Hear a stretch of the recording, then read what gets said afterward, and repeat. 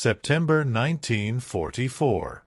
While the world's attention was transfixed by the liberation of Europe and the race toward the Rhine, a hurricane of steel was gathering in the distant, sweltering waters of the Palau Islands. The objective was a small, lobster-shaped coral island barely 6 miles long, Peleliu. The mission, codenamed Operation Stalemate II, was intended to neutralize a Japanese airfield that General Douglas MacArthur feared could threaten his flank during the upcoming invasion of the Philippines. Admiral Chester Nimitz authorized the strike, believing it would be a quick affair, a 4-day operation to secure a minor outpost. It would instead become the most vicious battle per capita in the history of the United States Marine Corps, a 73-day descent into a volcanic purgatory that tested the very limits of human endurance. The strategic architect behind the ground assault was Major General William H. Rupertus, commander of the 1st Marine Division. Rupertus was a career Marine whose personality was as rigid as the discipline he demanded. Known for his intense, almost obsessive focus on the spirit of the Marine Corps, he had personally authored the Rifleman's Creed during the early days of World War II. Behaviorally, Rupertus was a man of immense pressure and pride. By September 1944, he was suffering from a fractured ankle and the heavy weight of expectations. His psychological profile was that of a traditionalist who struggled to adapt to the changing nature of Japanese tactics. He famously predicted to his officers and war correspondents that Peleliu would be tough but short, a 3-day fight. This overconfidence led to a failure in deep reconnaissance, as he ignored reports that suggested the Japanese had abandoned their previous suicide charge tactics in favor of a deeper, more sophisticated defensive system. To transport the 1st Marine Division across the coral reefs of the Pacific, the U.S. Navy relied on the LVT-2 Water Buffalo. The Landing Vehicle Tract, LVT, was a masterpiece of amphibious engineering, originally inspired by a civilian rescue vehicle called the Alligator. Powered by a Continental W-670-9A 7-cylinder radial engine producing 250 horsepower, the LVT-2 used its paddle-like tracks to propel itself through water and then crawl directly onto land. A crucial technical detail was its ability to climb over jagged coral reefs that would snag the hulls of traditional Higgins boats. However, the LVT-2 lacked overhead armor, leaving the Marines inside vulnerable to airburst shells. For Peleliu, many were up-armored with 12mm steel plates, but this increased their weight and reduced their buoyancy in the heavy surf.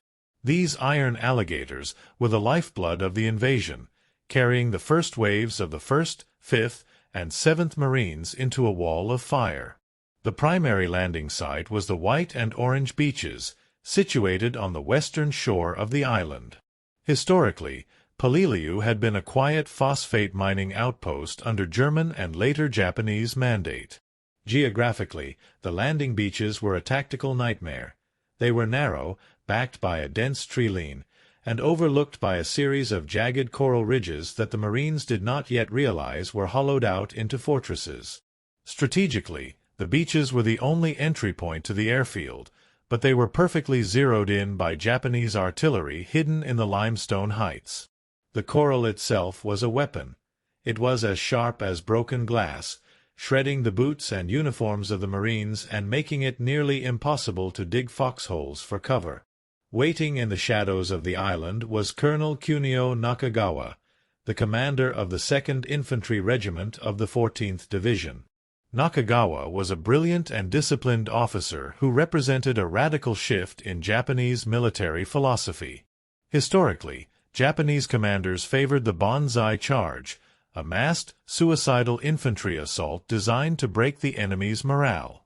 Nakagawa, however, was a proponent of endurance warfare. Behaviorally, he was patient, meticulous, and utterly devoid of the ego that plagued many Western commanders. He realized that the Japanese could not win a battle of attrition against American industrial might, so he turned Peleliu into a honeycomb of death. Under his command, the Japanese spent months excavating over 500 caves and tunnel into the limestone hills, connecting them with telephone wires and reinforcing them with concrete. His profile was that of a silent architect of slaughter, whose only goal was to kill as many Americans as possible to delay the inevitable advance on the Japanese home islands. Marines hit the beach. They were supported by the LVT A-1, an amphibious tank variant of the water buffalo. This vehicle was fitted with a turret from an M3 Stuart light tank, carrying a 37mm M6 gun. While the 37mm was insufficient against heavy fortifications, it was highly effective for canister fire, essentially a massive shotgun shell that sprayed hundreds of steel balls to clear infantry from the brush. However, the Japanese countered these with their own Type 95 Hago light tank. The Hago was a 7.4-ton vehicle powered by a 6-cylinder air-cooled diesel engine. It was armed with a 37mm Type 94 gun and two 7.7mm machine guns. A curiosity of the Hago was its interior. It was lined with heat-insulating asbestos to protect the crew in tropical climates, but the armor was so thin, only 12mm, that it could be penetrated by American heavy machine guns. During the afternoon of D-Day on Peleliu, Nakagawa launched a rare, coordinated tank infantry counterattack across the airfield, a swirling, chaotic clash of steel that saw the Japanese tanks decimated by marine fire and naval gunnery. The naval gunnery was provided by behemoths like the USS Pennsylvania, BB-38. This super-dreadnought battleship was a veteran of Pearl Harbor, armed with 12 14-inch/45 caliber guns. Each shell weighed 1,400 pounds and could be fired with pinpoint accuracy from over 10 miles away. Despite this massive firepower, the geography of Peleliu protected the defenders. The Japanese caves were carved into the reverse slopes of the ridges, meaning the flat trajectory of naval shells either flew over them or struck the indestructible limestone faces without penetrating the deep tunnels where Nakagawa's men waited in the dark. By D+2, the 1st Marine Division had secured the airfield, but the cost had been catastrophic. As the Marines looked north, they saw the true face of Nakagawa's defense, a jagged volcanic spine of coral ridges known as the Umurbrogol mountain. Historically, this area was a desolate wilderness of sharp rocks and scrub, but geographically, it was a vertical labyrinth of canyons, sinkholes, and ridges that reached nearly 300 feet into the air. Strategically, the Umurbrogol was the citadel of the island. Nakagawa had turned every cave into a firing point, with intersecting fields of fire that made any movement in the valley below a death sentence.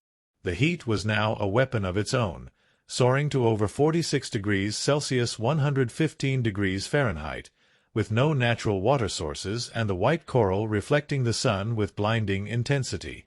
Leading the assault on the most dangerous sector, the point, was Captain George P. Hunt, commander of K Company, 3rd Battalion, 1st Marines. Hunt was a man of intense intellectual depth, a graduate of Amherst College who had been a journalist before the war. Behaviorally, he was a meticulous and brave leader who possessed a surgical focus on tactical objectives. His military career would be immortalized by the defense of the point, a jagged coral outcropping on the northern end of the landing beaches. For 48 hours, Hunt's company was isolated, fighting off relentless Japanese counterattacks from 3 sides. His psychological profile was one of extreme fortitude. He stayed awake for the entire duration, directing fire even as his company was reduced from 235 men to only 78. His account of the battle remains one of the most haunting pieces of Marine Corps literature, describing a landscape where the ground was so hard that men died on top of the earth because they could not dig into it. To break the Japanese cave defenses, the Marines relied on the M4A2 Sherman tank. This version of the Sherman was unique because it was powered by the General Motors 6046 twin diesel engine, producing 410 horsepower, a preferred choice for the Marine Corps to simplify fuel logistics with the Navy's diesel-powered ships.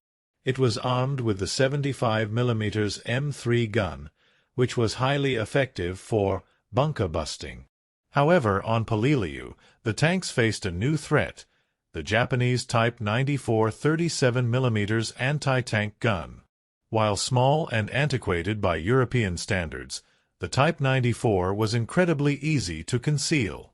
A curiosity of this weapon was its low silhouette.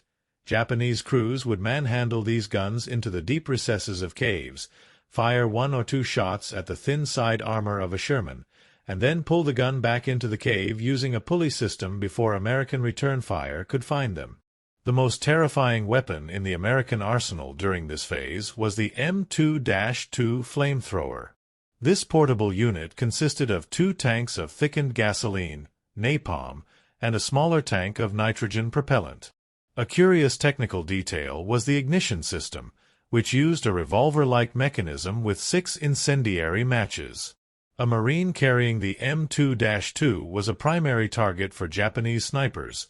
If the tank was punctured, it wouldn't necessarily explode like in the movies, but it would incinerate the operator.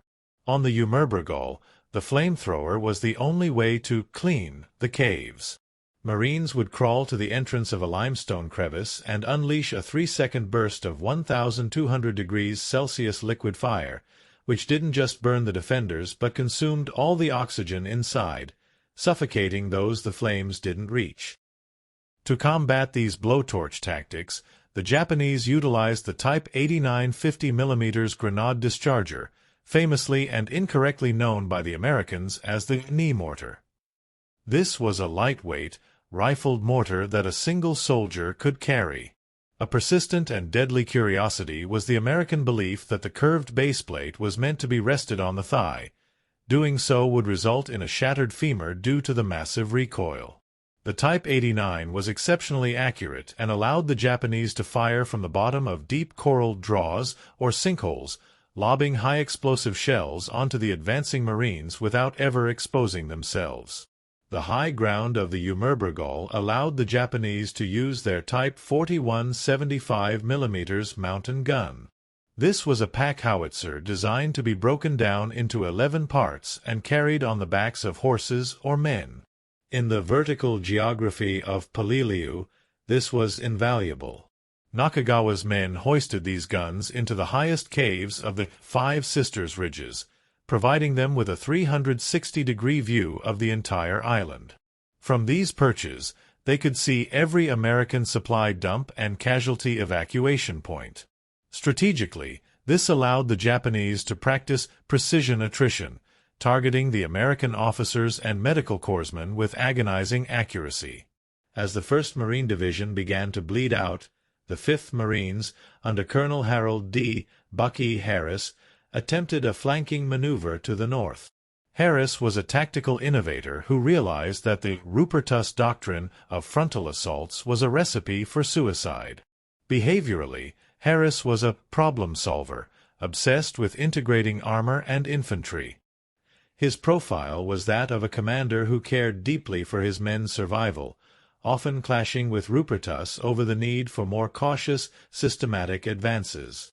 Under Harris's direction, the Marines began to use Corsair napalm strikes in a way never seen before. The Chance Vought F-4U Corsair was the premier Marine fighter bomber of the Pacific. Powered by the massive 2,000 horsepower Pratt & Whitney R-2800 double Wasp radial engine, the Corsair was famous for its inverted gull-wing design, which allowed for a short, sturdy landing gear while still providing clearance for its massive 13-foot propeller. On Peleliu, the airbase was so close to the front lines that the Corsairs would take off, drop their belly tanks filled with napalm on the Umurbrogol ridges, and land again within 3 minutes, the shortest combat sorties in aviation history. A curious fact of these missions was that the pilots often didn't even bother to retract their landing gear, as the flight time was so brief. Despite this overwhelming air and sea power, the Japanese 2nd Infantry Regiment refused to break. They were fighting from a position of geographical invincibility, nestled within a coral fortress that had been billions of years in the making. The Marines were no longer fighting a war of movement. They were performing a bloody, inch-by-inch excavation of an island that seemed to be actively trying to kill them. By October 1944, the 1st Marine Division, the old breed, was a shadow of its former self. In just over a month of fighting, the division had suffered over 6,500 casualties. The psychological toll was equally devastating. The relentless heat, the lack of water, and the invisible enemy had pushed men to the brink of insanity. Major General Rupertus, still refusing to admit his 3-day prediction was a catastrophic error, was finally ordered to withdraw his shattered units. The relief was provided by the U.S. Army's 81st Infantry Division, known as the Wildcats. The commander of the 81st was Major General Paul J. Mueller. Unlike Rupertus, Mueller was a methodical tactician who viewed the Umurbrogol not as a fortress to be stormed, but as a problem of engineering and fire support. Behaviorally, Mueller was cautious and lacked the aggressive do-or-die bravado of the Marine Corps, which initially led to friction between the two branches. His military profile was that of a cold analyst. He refused to trade lives for speed. Under Mueller, the battle shifted from a series of suicidal charges into a systematic siege. He introduced a corkscrew and blowtorch method on a massive scale, using bulldozers to carve roads up the jagged coral slopes so that armor and heavy artillery could be brought directly to the mouth of Japanese caves. A key weapon in this final phase was the M4A3 Sherman Zippo tank. This was the flamethrower variant of the ubiquitous Sherman, where the main 75 mm gun was replaced or supplemented by a long-range flame projector. Powered by the Ford GAA V8 engine, this 30-ton tank carried large reservoirs of napalm inside the hull. A technical curiosity of the Zippo was its range. It could project a stream of liquid fire up to 150 yards, allowing it to incinerate Japanese pillboxes from a distance that was safe from Type 94 anti-tank fire. In the narrow canyons of the Wildcat Trail, these tanks became the primary tool of execution, turning the Japanese cave system into a series of ovens. To counter the American armor, the Japanese began utilizing the Type 97 20 mm anti-tank rifle. This weapon was a monstrous, semi-automatic firearm that required a 2-man crew to carry. Weighing nearly 150 pounds when equipped with its protective shield, it fired a 20 mm steel core projectile at a muzzle velocity of 793 meters per second. While it could not penetrate the frontal armor of a Sherman, it was lethal against the LVT-4s and could shred the optics and tracks of American tanks. A curious detail was its recoil. It was so violent that the weapon was fitted with a large muzzle brake and a heavy-duty cradle, but it still frequently injured the operators. Nakagawa used these rifles from the higher elevations of Hill 300, sniping at American tank commanders who dared to look out of their hatches. The final bastion of Japanese resistance was the Death Valley and the China Wall, a massive limestone cliff that formed the inner sanctum of the Umurbrogol. Geographically, this was a horseshoe-shaped canyon where the walls were honeycombed with over 100 interlocking firing positions. Historically, this had been a mining area, but strategically, it was Nakagawa's final stand. The Japanese were now living in appalling conditions. The caves were filled with the stench of death, lacking water and light, yet they maintained a rigid, fanatical discipline.